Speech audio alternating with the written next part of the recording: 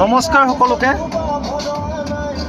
আপোনালোক সকলোকে জনাবলৈ পাই সুখী হৈছোঁ যে পলাইগাঁৱৰ কলা তাৰপিছত আম্বানী আৰু দুয়োটা গীতকে আপোনালোকে সুন্দৰভাৱে মৰমৰে আঁকোৱালি লৈছে আৰু তাতেই মই উৎসাহ পাই আকৌ এইবাৰ এটা নতুন গীত আপোনালোকৰ মাজলৈ আগবঢ়াই দিম বুলি ভাবিছোঁ। আপোনালোকৰ মৰম আৰু আশীৰ্বাদ বিচাৰি 25 ডিচেম্বৰ সেই একেই দিন মোৰ জন্মদিন আৰু জন্মদিনৰ দিনা মই আপোনালোকৰ মাজলৈ এটি নতুন গীত আগবঢ়াই দিম আৰু ফাইনেলি আজি ফাইনেল ডাবিংটো হৈ গ'ল গীতটোৰ আৰু 25 ডিচেম্বৰত আপোনালোকলৈ সেই নতুন গীতটো আগবঢ়াই দিম।